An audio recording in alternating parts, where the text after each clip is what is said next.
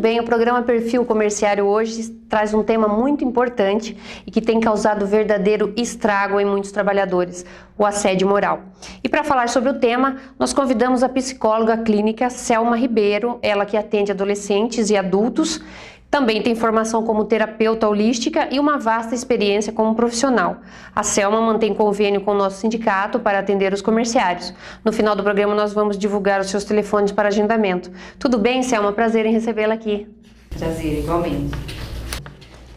Muito bem. E também, para tratar do mesmo tema, o advogado o Dr. Carlos Leite, do corpo jurídico do nosso sindicato, do Sim Comerciário Sorocaba.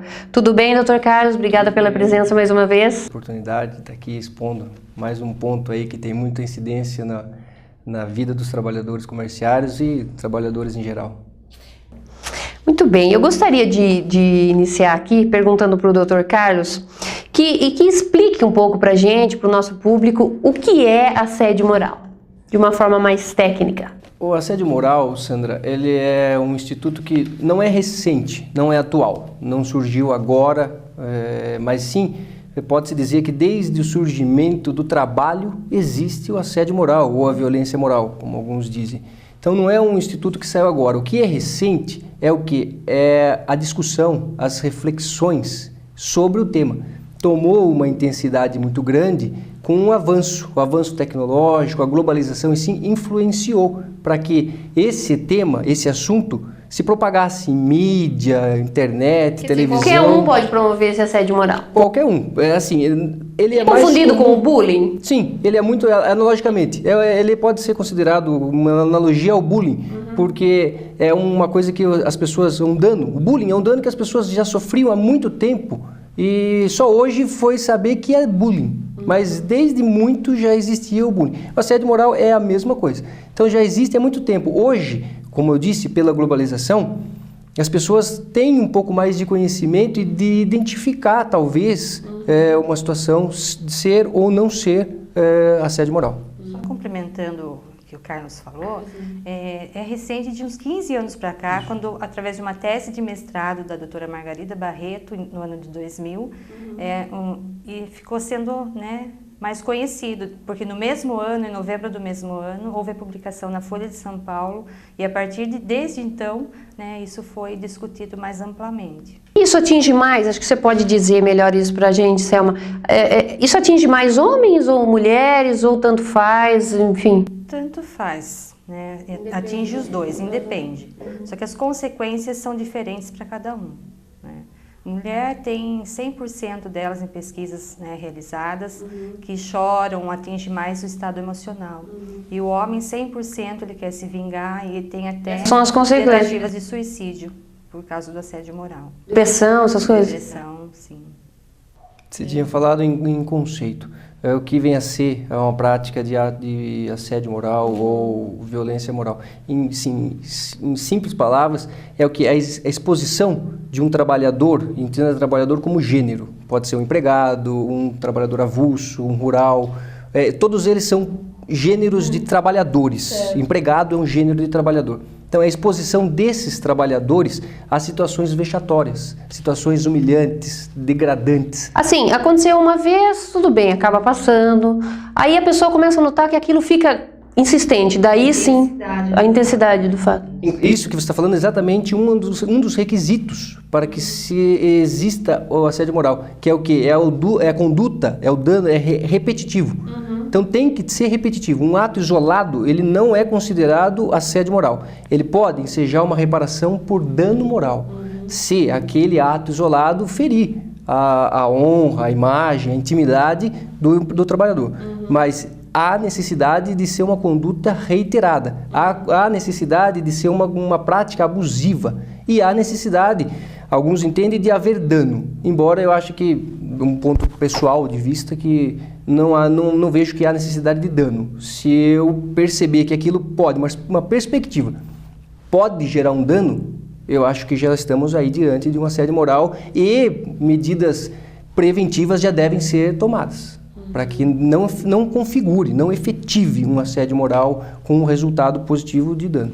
Embora um ato isolado também já pode trazer danos psíquicos e emocionais para o trabalhador. Depende de como a pessoa recebe aquilo, né? E me diz uma coisa, Selma, como que a pessoa, como que é tratada uma pessoa que chega até a psicóloga e que notavelmente você vê que ela está passando por essa questão de assédio moral no trabalho, enfim, na escola, não sei, em um determinado setor? Ao acolhimento da queixa, né, ajudando a clarear, né, os sintomas, o sofrimento psíquico, que muitas vezes já está instalado como uma depressão, um processo depressivo, uma síndrome do pânico. Hoje a síndrome do pânico, ela está bem também entre a população, é uma das queixas principais no consultório. Acho que até mais que a depressão. E também tem dados comprovados, né, que até o ano 2020, a depressão vai ser uma das maiores causas de afastamento de trabalho. Então, doença moderna. Isso se deve a essa globalização, porque as exigências hoje são muitas, né? O funcionário, ele tem a competitividade dentro da empresa, ele tem que atingir metas, objetivos, ele tem que ser muito qualificado, muito cobrado, isso. Entendi. Carlos, no sindicato, é comum chegar denúncia, chegar reclamação de assédio moral? Ou você muitas vezes acaba detectando que a pessoa está sofrendo assédio moral e ela até então não sabia, mas ela foi reclamar porque ela tá sofrendo algum tipo de crítica mais assídua, enfim? Sim, lá no sindicato, no departamento jurídico, a gente tem recebido, sim, pessoas, comerciários, empregados, com queixas que são típicas de assédio moral. São típicas de assédio moral. A gente verifica, por exemplo, quando o gerente afasta um vendedor da praça de venda, ele simplesmente retira o vendedor e fala, você não vai vender. Isso é uma prática de assédio moral, principalmente quando o vendedor é comissionista. Ele ganha a base de comissões. Se eu retiro ele da praça, ele não vai vender aquilo em detrimento dos outros colegas, ele vai ficar abaixo. Então, isso ocorre. Outro fator e outro exemplo é com relação às gestantes. As gestantes também... Acho que é mais comum, né? É mais comum, porque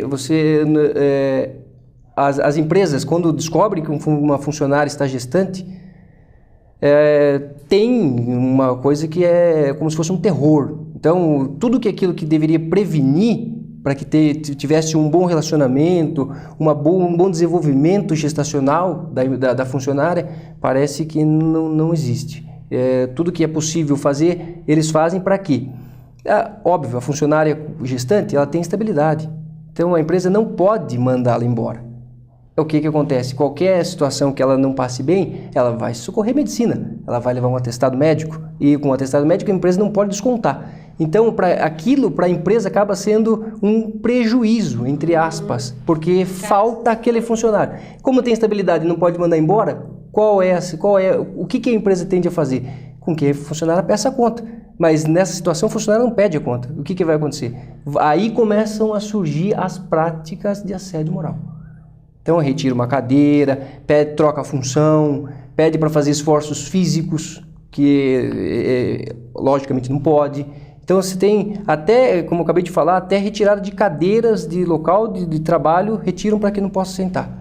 Vai além, né? Para prejudicar. Às vezes, controla até ir no banheiro, por exemplo. A Sim. gestante, ela vai mais.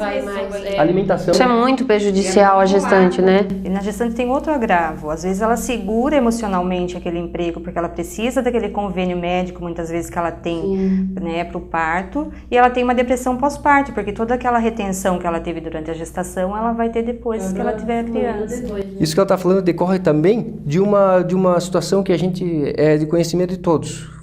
Na entrevista, se mencionar que acabou de ter um filho, acabou de vir de um estado gestacional, a empresa normalmente não pega. Porque é inerente uma criança recém-nascida consultas médicas. Precisa para vacina, precisa, pediatra. Então, é comum. Então, uma vez que a funcionária menciona que, olha, eu tive um filho há 5 meses, há 6 meses, tenho um filho de 6 meses, uma filha de 6 meses, isso por si só já é um motivo para reprimir. A empresa encara como despesa, né? Então, o que acontece? A funcionária, como ela falou, não quer pedir a conta porque ela sabe que, posteriormente, ela vai ter dificuldade para se recolocar no mercado. Ela vai ter essa dificuldade. Isso é lógico, isso é real, isso acontece. Entendeu? Então, por isso que ela acaba não pedindo a conta, se retrai, tem depois um efeito prejudicial pós-parto, assédio moral, mas acaba ficando ali, não tem muito o que fazer. E aí as empresas forçam até ela pedir a demissão. Que aí não tem responsabilidade no pedido de demissão, Entendeu? Existe empresa que dá cesta básica, por exemplo, e se o funcionário faltar aquela cesta, ele não vai ter. Então, aí muitas vezes um pai de família, uma mãe, né, deixa de ir ao médico necessariamente por uma dor, um agravo, alguma coisa, para não perder a cesta básica no final do mês. Também é um assédio moral. O PLR, inclusive, tem sobre isso aí também, que a gente discute bastante no sindicato, que não é o foco, né, mas também tem de colocar como a levada de atestado, né, a apresentação de atestado médico perde PLR. Não pode isso aí, porque norma de saúde, segurança, medicina do trabalho, não pode haver essa, vamos dizer assim, esse negócio, essa barganha entre, você não traz o atestado. Então, quer dizer, se você não estiver bem, você tem que vir mesmo assim, não rígido, vir trabalhar para você não perder a cesta. E o funcionário, de repente, ele trabalhou... O funcionário não procurar uma assistência médica quando necessário por causa... Exatamente, o funcionário trabalhou 29 dias bem, aí no 30º dia ele não ficou tão bem, mas ele vai, por causa de um dia, perder a cesta? Não. Então ele vai trabalhar, se submete a uma situação degradante para não perder a cesta. Selma, reforçando, quando uma pessoa chega acometida pelo assédio moral, você detecta isso no seu consultório, como que o psicólogo trata isso? Como que você trataria isso? Isso é gradativo e lento, porque depende da profundidade com que já foi atingida, né, a pessoa. Se é uma depressão profunda, se é um quadro leve, grave ou moderado. Então, vai depender muito do estado emocional da pessoa. Por isso que eu insisto em falar na medida preventiva, né, na conscientização, para que não chegue a esse ponto. Conscientização das chefias, gerências, né? É hierárquico, né, que tem através de um bom treinamento, né, da conscientização. O sindicato pode ajudar muito nisso, através das cartilhas explicativas. Muitas vezes o funcionário lendo essa cartilha, ele vai estar a par, poxa, eu estou sofrendo um assédio moral e eu nem sabia. Precisa de esclarecimento. A qualidade de vida do trabalhador é importante. E vai além disso. Um funcionário, para ter qualidade de vida na empresa, ele precisa estar bem. Isso reflete na família, reflete em casa também, né? Chega em casa, uma mãe de família, um pai de família não tem vontade de conversar, de ter um relacionamento sadio, não sai mais de casa, não quer sair, não sente vontade de trabalhar. Eu vou trabalhar porque eu tenho que ir, mas assim, por mim eu ficaria em casa. Um peso, né? Uma situação. Falando até uma questão de visão, porque o líder de uma empresa, ele sabe que se o funcionário estiver bem, ele produz muito mais. Então, assim, até tem empresas, isso sai até em jornal, né, na mídia, que a empresa, até recentemente eu vi uma empresa que deixava o funcionário levar o cachorro para trabalhar junto. Por quê? Porque ele se sente bem com o cachorro e aquilo ele produz. É a produção que conta. Não é, de repente, você colocar um cabresto no funcionário e falar, você vai fazer isso. Regra, isso acaba, né? Não. A pessoa estar bem, se sentir bem no local de trabalho, ele produz, ele tende a produzir. Se você se o líder conseguir retirar isso do funcionário, a produção dele triplica. Agora, sempre aponto muito para os meus pacientes, né? Independente da queixa.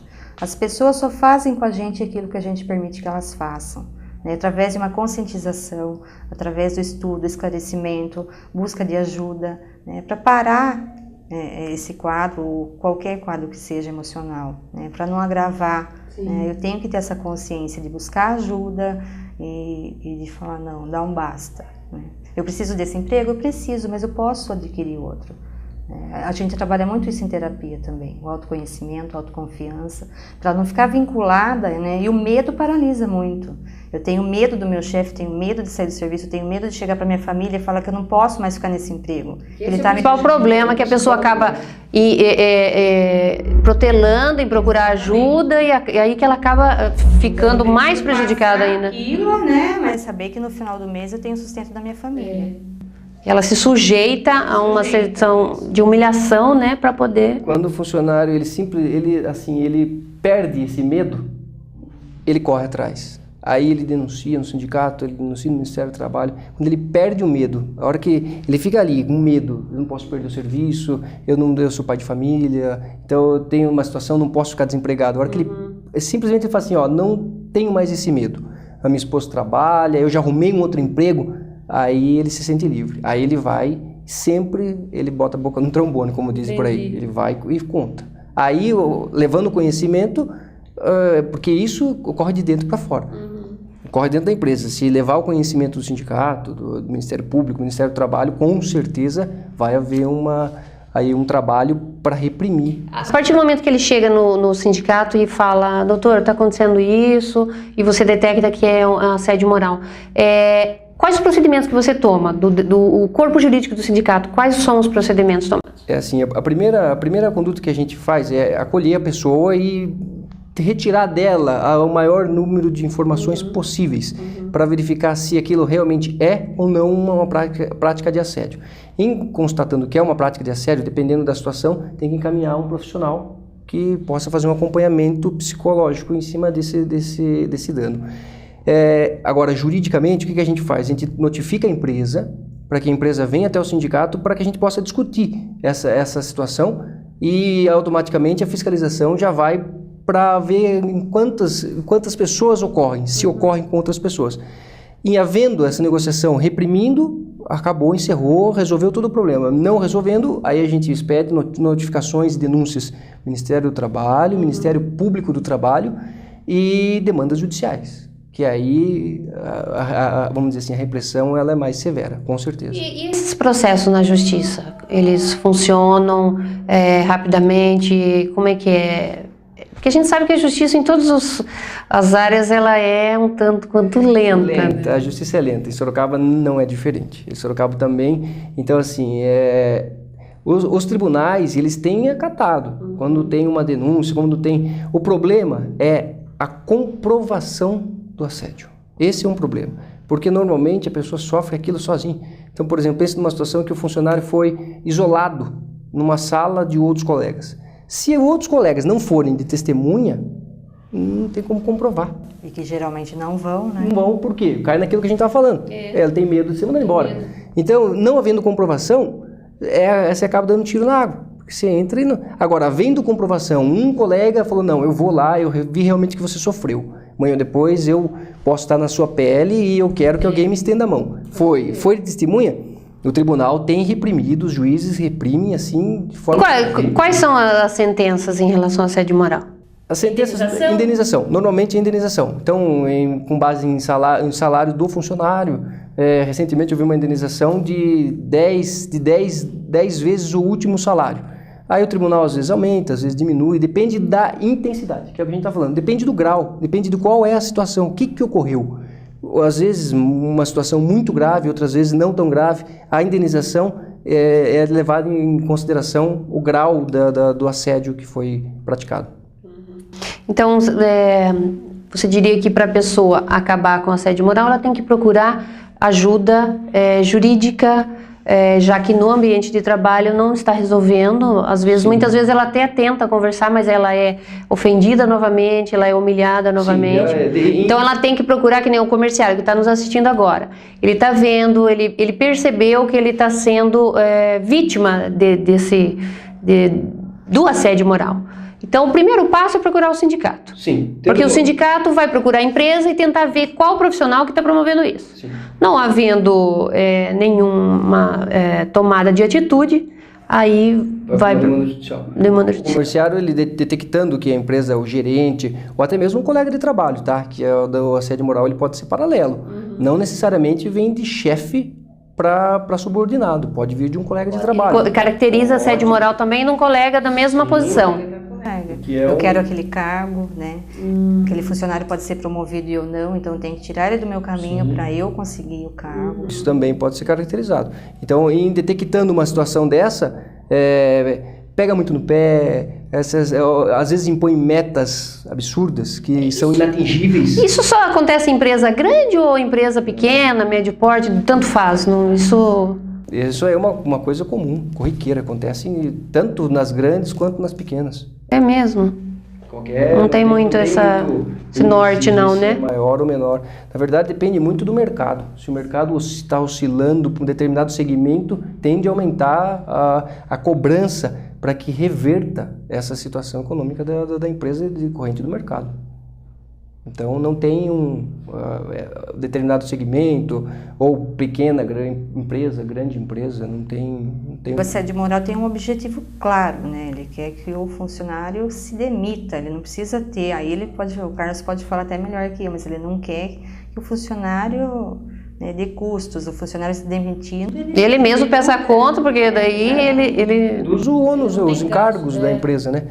Que o principal, principalmente se for um funcionário de tempo. Então, quando a prática do assédio moral é colocada, quando existe a prática, é porque eles querem implantar, o autor da prática, quer implantar no empregado, no trabalhador, o quê? O desejo de desistir do emprego, de sair.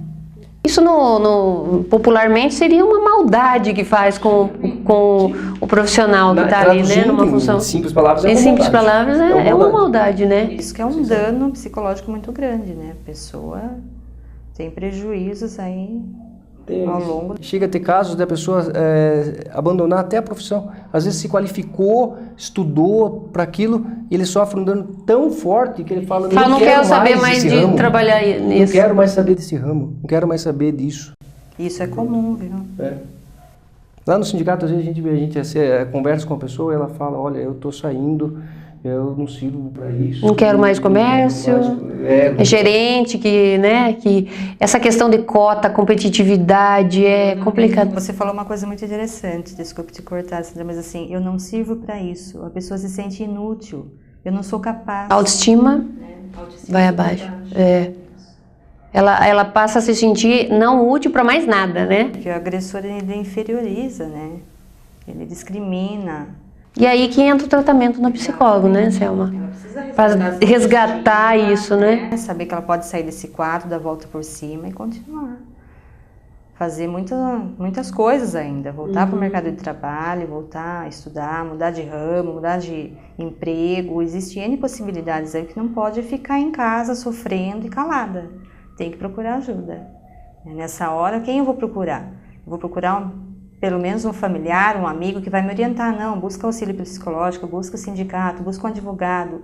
Orientações, ela não pode ficar sofrendo sozinha. É isso, gente. Alguém, se vocês quiserem fazer mais uma observação, alguma coisa que você deixou de falar, Carlos, que você queria... Com relação à prática de assédio moral com relação a colegas, né, que seria o paralelo. Se um funcionário estiver sofrendo isso, ele deve comunicar ao seu superior imediato, e a empresa deve punir, ela deve reprimir. O que eu, como advogado, orientaria? A comunicar por escrito, documentar que você fez uma comunicação, que você está tentando a repressão dessa prática. A empresa, constatada que um colega está realmente praticando assédio com relação a outro, ela deve punir, ela tem meios, a CLT traz artigos, inclusive, de justa causa, para reprimir essa prática. Agora, o funcionário que vem sofrendo a prática que seria vertical, que seria com relação ao seu superior, também tem meios judiciais, a CLT também traz a rescisão direta de contrato. Por quê? Porque ninguém é obrigado a viver, principalmente no ambiente de trabalho, numa situação degradante. Então, se você vive uma situação degradante dentro de uma empresa e você está vendo que não tem saída, tem meios? Tem. É possível a aplicação de uma rescisão indireta do contrato de trabalho. Então, tem meios judiciais para reprimir. Não há necessidade de esperar, de repente, chegar a uma situação de depressão, para você depois... como uma doença, você tem que se afastar porque você está doente, porque uma situação dessas, porque depois o prejuízo e o tempo, eu acredito, para reverter é lento, como você mesmo falou, é lento, o acompanhamento é lento, então não há necessidade de esperar a situação chegar, mas eu repito, requisitos do assédio moral, conduta reiterada, prática abusiva, danoso, e tem que aí ter um dano, um potencial dano aí eminente, senão não pode não ser considerado como assédio, mas também seja reparação por dano moral, também pode haver. É isso aí, você que está nos assistindo, então fique atento, fique ligado, preste atenção nos seus filhos, na sua esposa, no seu marido, e vê se não está, de repente, essa pessoa não está sofrendo assédio moral no seu ambiente de trabalho, que às vezes não detectou e a pessoa está sendo prejudicada. Selma, eu agradeço bastante a sua participação, foi muito esclarecedora. Se você quiser dar um recado para o nosso público, deixar seu telefone de contato, quem quiser estar agendando com você, conversando um pouco com você, pode entrar em contato por onde, o telefone, a gente coloca na tela. Sim, a minha parceria com o sindicato já tem algum tempo. Meu telefone de contato é o 3018-4406. ou 992016839. Só ligar, a gente agenda o horário e a gente faz os atendimentos. Legal. Só não deixe, como a gente falou aqui, também a psicologia tem um serviço preventivo de promoção da saúde. Vamos tratar isso enquanto há tempo. E você tem um preço especial aí para a categoria comerciária, né? Tenho, desconto de 50% para os funcionários e associados. É isso, gente, precisando de atendimento, só procurar a Selma, que é a nossa conveniada. Dr. Carlos, mais uma vez, muito obrigada novamente por estar aqui com a gente, esclarecendo um pouco desse tema que é muito grave, tem dificultado muito a vida de muitas pessoas, né? E parabéns pelo trabalho no departamento jurídico que eu tenho acompanhado e certamente tem dado bastante resultado. Obrigado, eu que agradeço. Tá joia. O programa Perfil Comerciário volta daqui a pouco.